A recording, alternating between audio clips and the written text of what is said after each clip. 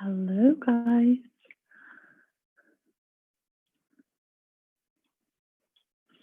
Hi, Faith. Lovely to see you again. Amazing. Hi. Super. Jess is here. For those who joined already, lovely to see you, Jess. So those of you who joined already, I'm just going to give a few minutes for everybody to join before I get started. So Sam is here, Rebecca. Amazing. I'm gonna take 1 to 2 minutes of your time to make sure that everyone is here. I think we should have quite a few on today. Yeah, see Chelsea and Steve. Hi, Rebecca. Lovely to see you. Amazing. And Chelsea is here. Great. And amazing. Gonna give some. Yeah, Georgia just joined. Hi, everyone. And I'm going also to share my screen today. So just to share my screen. Okay. Here we are. Amazing. And just to make sure that everybody joined before I get started. So,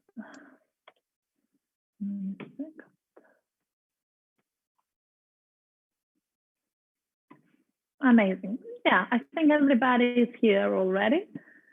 So I'm ready to get started. First of all, I want to say that I am very much excited to be back and to see you all. I know that many of you came back to me last time and you gave some wonderful feedback. And thank you so much for that. Honestly, you have no idea how much I appreciate that. And it helps me also, to change my sessions or, add some different elements based on your feedback. So that's really good. And so much thank you for that.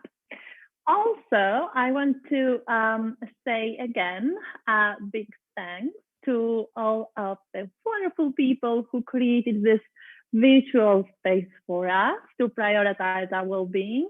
And I think that's really important, especially during this moment, during these times of challenge. Now, today I will I will talk a little bit about digital detox and also habit formation. But before we get started, for those of who just don't know me, my name is Alexandra. I'm a mindfulness coach and also the founder of Urban Yoga Lab. And also, I'm a former PR executive. Maybe that's why I'm so passionate about corporate wellness. So I'll first help everybody. There is one more person waiting. Okay. So I'm going to, I decided to, have a beautiful quote by Doreen Dodge and Maggie, who wrote an amazing book on digital addiction. This book is called Device, and I highly recommend that to you. So she said that reaching for our phone is a common coping mechanism for the unknown. And it's a really interesting, thought. And when I read that, I thought to share with you also, my story, just very briefly, which is closely related to what we're going to discuss today. So, since I was a kid, my dream was always to work in public relations and communications.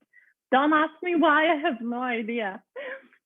So, because that was my dream, Almost 10 years ago, I moved in London and I started doing my studies, like I did a master's, and then started working in different businesses and different kind of brands, to the point that I had the amazing opportunity, and I feel very blessed that I was given the opportunity to work with the best players in the market in public relations and to work for the best accounts in the world, like Microsoft, like Samsung, like Cannes Festival. And to be honest, I was living my dream back then. So I was very excited, very happy, enthusiastic. But at the same time, I wasn't paying attention to my well-being, and I wasn't paying any attention to my food, to how I was, sleeping, to my stress levels, all this type of things, and also to my digital addiction. That's why I share the story with you. And one day, I had a burnout, and that happened when I was at work, which was really sad situation. However, that challenge led me to decide to change my life completely. So I realized, first of all, that my well-being was not, my lifestyle was not sustainable at all. And then I packed my things and I went for a trip around the world for 2 years. I visited 43 countries and I stayed in Buddhist monasteries and I worked for really famous life coaches. And I had the opportunity to do some volunteering also in centers where they're like drug addicts and stuff. And my purpose was to heal myself. And when I came back to London 2 years later, I was a new person. And I said to myself that my mission is to show to other employees how they can be successful, ambitious, driven, and do it in a kind of sustainable way. So I think my addiction to my phone back then was my own coping mechanism. And many of my clients, they ask me what is a digital addiction based on my experience. So what I say is that social media addiction or digital addiction in general activates reward centers in the brain. And it works almost to the same extent as stimulant drugs such as cocaine and cannabis. So internet addicts may experience depression, mood swings, and anxiety when they stop using the internet, the same way like drug addicts. So it's really important to, have an idea about how serious can be digital addiction. Of course, many of us, and especially during COVID-19 era, our tech devices was our own way to connect with others. And almost, it was our way to make sure we're not lonely, that we're not isolated, that we get the help and the support we need, via social media, via mobile. But the truth is that many of us, at the same time, we struggle. Many of us, we struggle with our social media or with our digital addiction in general, because what we do is always keep checking compulsively our phone. So if you are one of those people, you just know it. And most of the cases, we know that we are no longer in control.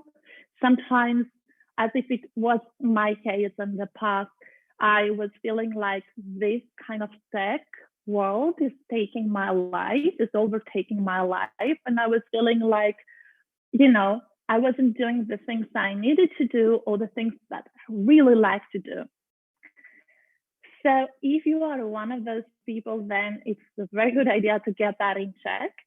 And I think that we can all agree that the greatest pandemic, it's not COVID-19. COVID-19 is the second greatest pandemic. The first one is stress and anxiety.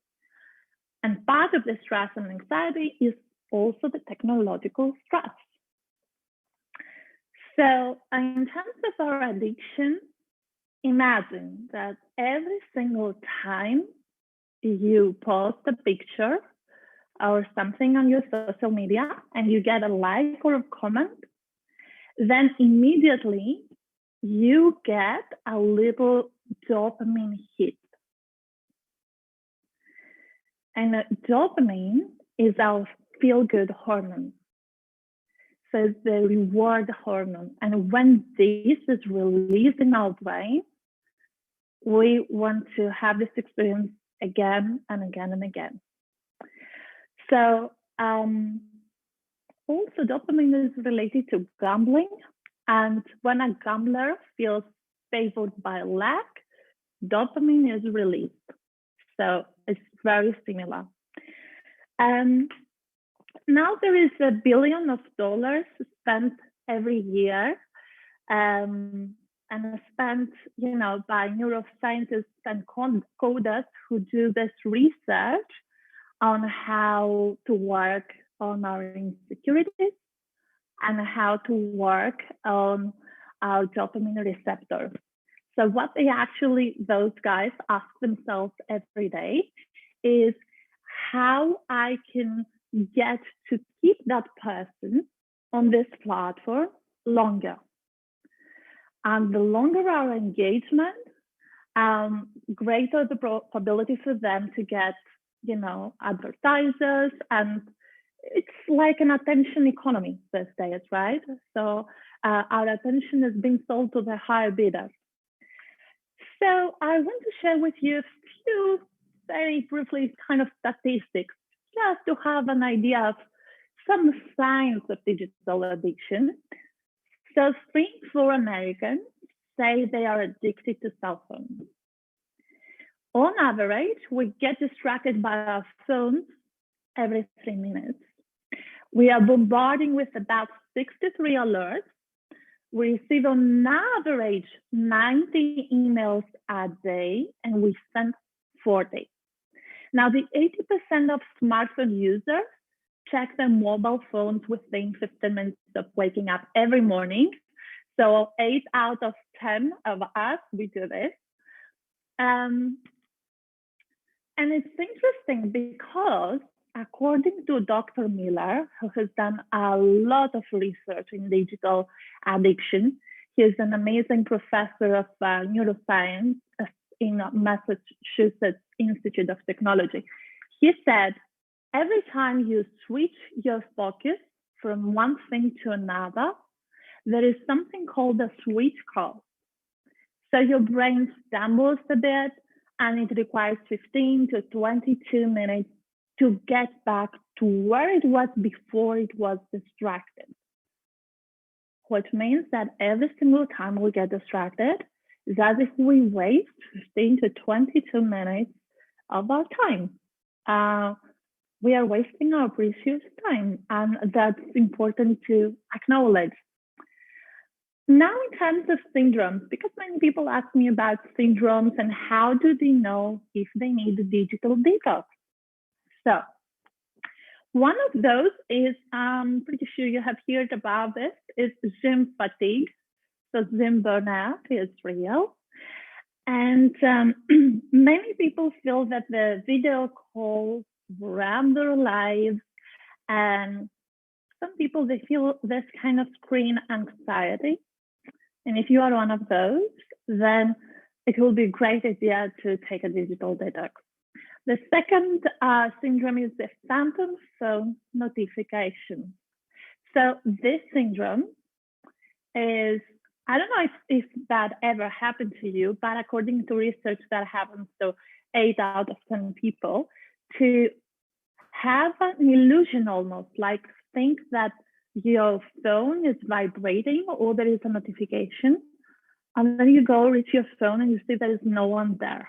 So there's nothing. And This type of phenomena, according to scientists, shows our digital addiction. And it causes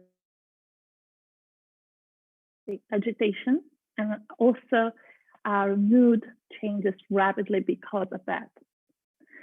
The third syndrome is nomophobia, the fear or anxiety caused by not having a mobile phone. So, or get disconnected and not have the chance to go and scroll on our Facebook and see the updates. The fourth syndrome is called fear of missing out. And according to Bank of America, a research they did in 2020, they found that the greatest fear of Gen Z is that they won't have enough battery on their phone. And this is unbelievable, but that applies to, many of us. We might think that, oh my God, what if my phone will be stolen or will stop working, or I won't have enough battery to have this meeting? So, I think it's important to know about all those things. Here is just the definition about digital detox, which is about using tech devices, not using tech device for a short or a longer period of time. And then the scientific benefits. So research has shown that even a short break from emails, alerts, chats, internet browsing can have a number of effects and positive effects, like improving our relationships, reducing stress and anxiety, improve our focus, boost productivity, boost our energy levels, help us to sleep better, helps us to be more creative, and helps us to relax better also and easier. So it's now I just want to share with you some tips about, what you can possibly think of, as a tip, as a strategy. And I'm going to share the ones I share normally with my clients, but also I'm going to share the ones that I personally use. And I started using when I started this journey in this digital detox world. So the first tip is about starting with awareness. And to be honest, I know many of us, we do have time trackers on our phones where they track how much time we spend on every single social media platform. So some of you already know the rescue time or the screen time. So regardless which application, application you like to use to track your time, it's good to, first of all, have this activated.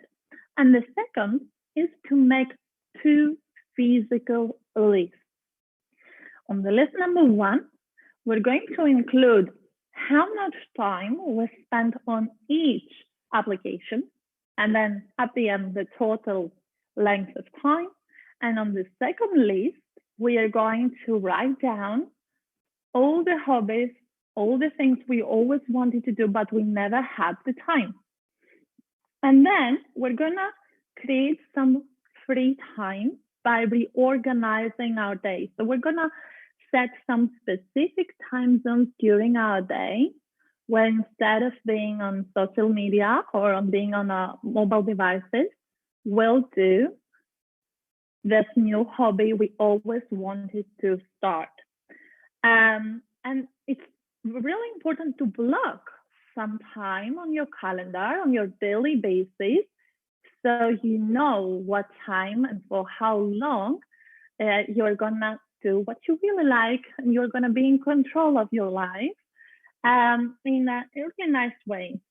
The second thing is about declaring your digital detox on social media. So I have a lot of clients who tell me that they are really concerned and thinking twice before they go on a digital detox.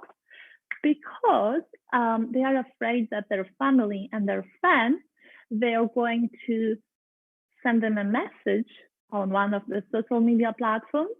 And when they will realize that they are offline, so the relatives or friends will be worried, right? And in most of the cases, all this kind of urgency and all this kind of, stress about this is made up in our mind. But still, there is a way that we can feel stress-free. And this way is to send automated messages to your friends, to your family, that, hi, I'm going to be on a digital detox from that day to that day. And please don't worry. Or if there is something urgent, just feel free to call me. The second thing about that is I always recommend to tell that to your friends on your social media. So write a post and declare it. Because the research has shown that when we tell our friends on social media that we're going to do XYZ, that creates virtual accountability. So in my case, what I do is I go every week for 2 to 3 days offline. It's as if I'm going to my cave, and that helps me to be re-energized, to focus better, and to spend some quality time with myself, with the people I love, Then the next step is about make your bedroom tech-free. So we need to teach our children, but also ourselves, that there is a time and there is a place for everything. So it's really important to make our bedroom a tech-free zone, and we can do this by avoid setting alarm on our phone, by a classical alarm clock, and just customize our wake-up call, and that's it. Also, you can set a charging station outside your room. So in your room, you won't get any kind of digital device. That's really important for your productivity and energy levels. First thing when you wake up in the morning, and also will help you to sleep better, right? Before you go to bed, there is no screen next to you to distract you. The next tip is about make it difficult. And there is a book that I love and I highly recommend. It is called Atomic Habits by James Clear. So James Clear said that there is a lot of ways to postpone our impulsivity. And to be honest, it's really important just to stop that automatic reaction, to be like, pick up the phone, Instagram, pick up the phone, Facebook. It's as if we are on autopilot. So it's to achieve, to do a nice, successful digital detox, it's very important to make it easy for ourselves, the digital detox, and to make it difficult to get distracted.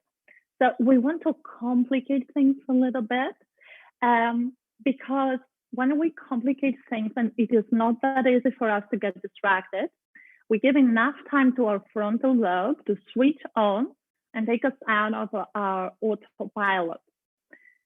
So we want to make it a little bit harder for ourselves to indulge into this kind of, world of social media. So how we can do that? First of all, I'm really amazed that many people, they do not turn off notifications. And it's a very interesting research conducted by Harvard recently, which was all about that 86% of mobile users, they haven't turned off their notifications. And imagine that this is like a Pavlovian response, that every time the thing dings, then you just pick it up and look at it. And again, and again, and again. And imagine you can be in a kind of emotional moment. You can be with your friends, enjoying a dinner. You can be just, looking at a beautiful sunset and the thing dings and you just pick it up and you're ruining the moment. So imagine that every time that your phone rings, vibrates, there is a notification. There is a tension building up inside. And there's only one way to release it, by checking your phone. So that's why it's really important to turn off alerts, all the notifications, and I promise you that you will get your life back. So the second tip is about installing sites that can help you to stay away from time-consuming websites. I like this one, which is called Strict Workflow, but you can also try to stay focused. It is really good. Have tech-free meals with your family, another important thing. So I have a client who's a lawyer of celebrities in Los Angeles, and he said to me that most of them, what they do before they get the lunch with their family, they have a box where everybody places their mobile devices there, and then they will sit and start enjoying the lunch. And I think that's a great idea. The last thing here is about disabling social media applications. And if you do really feel like you struggle with, staying away from your mobile devices, you can just, delete your applications, Facebook, Instagram, and then whenever you need them, you can re-download them.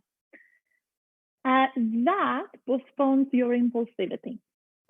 So now I'm going to talk briefly about habits. Here are all the applications that I suggest that you can use, or platforms that you can use that are really helpful to take a nice digital detox. And our habits. It's really important to watch our habits because they become our character. And there is 3 steps on every habit formation. So we have first the reminder, which is the cue, which initiates the habit. Then we have the routine, when we actually, do this kind of daily routine, make the habit a form of our lives. And then we have the reward, what we gain out of this habit. So if we're aware of those steps, we know how to build healthier habits or how to quit the bad ones. So how to end bad habits? First of all, there is 3 main tips I want to share with you. And what I normally tend to say is that there is no one right way to establish new healthy habits. There is multiple strategies, and the secret is to find the one that works best for you. So one amazing tip that has worked miracles for me and my clients is the habit stacking tip. So we take a regular habit that we already do without thinking, and then we attach a new behavior to it. So it's very easy to remember. So for example, every time I prepare my breakfast and I'm waiting for my coffee to be ready, I boil some water, I cut some lemons because this is the new habit I insert into the old one. And this is how I retrain my mind and I recondition my body to start a new habit, a very healthy habit. The second is about choose a substitute. So what I normally say to my clients is that if you expect yourself to simply cut out bad habits without replacing them, then you have certain needs that will be unmet. And that means that it will be really hard to stick to the new routine. So for example, if you smoke when you get stressed, then it's a bad plan to just stop smoking. It's really important to replace it with a new behavior. The last tip for today, it is based on another amazing book, 12 Rules of Life, from the amazing writer Jordan Peterson. And he said that knowing that someone else expects you to be better is a powerful motivation. And according to research, human beings are really good to keep other people accountable than their own self. So if we take this principle and we make the most of it by having our own accountability body, then we'll see a lot of progress. So choose a friend who wants to achieve a similar goal like you, and you can, go once or twice a week for a walking day, brainstorm together, get the support you need, celebrate the small victories together. And that's the whole idea of, being together with a friend and working together on one single goal. Now, at the end, I just want to say as a takeaway, most of my clients, they tell me that one of the things they find more helpful in the very beginning of this journey of digital detox is to stay tech-free in the morning and before they go to bed. So this is the first thing I'm always motivating, try to persuade people. In sleep, it is really important. When you wake up, you open your eyes first thing in the morning to not be on a screen. It's really important. And before you go to bed, and if you do just this simple thing, 30 minutes when you wake up, no digital devices. Same thing before you go to bed. And if you do this for 21 days in a row, I promise you will see a big impact on how you feel, how much energized, how much focus, your mood, everything. And I don't speak only because of my personal experience and because I'm very much passionate about this topic, but because I have seen how many of my clients did that and how their life changed. So that's the presentation and the webinar for today. I hope that even one tip of all those that I shared you can use and you can find helpful. I will be so happy, really. So feel free to send me your feedback, if you have any ideas, suggestions. And that's really inspiring for me also. So feel free to share, your own thoughts. That's it. That's all. And I just want to say that, thank you so much for your time. Thank you for your energy. And I look forward to see you all soon. And, maybe the upcoming weekend is a very good opportunity for a digital detox. So I will be very happy if some of you will try that, inspired by this webinar. Have a beautiful rest of the day, everyone, and I'll see you soon. Thank you so much. Thank you. Guys, thanks. Thank for your you. messages. Yeah. Thank you all. Thank you so much.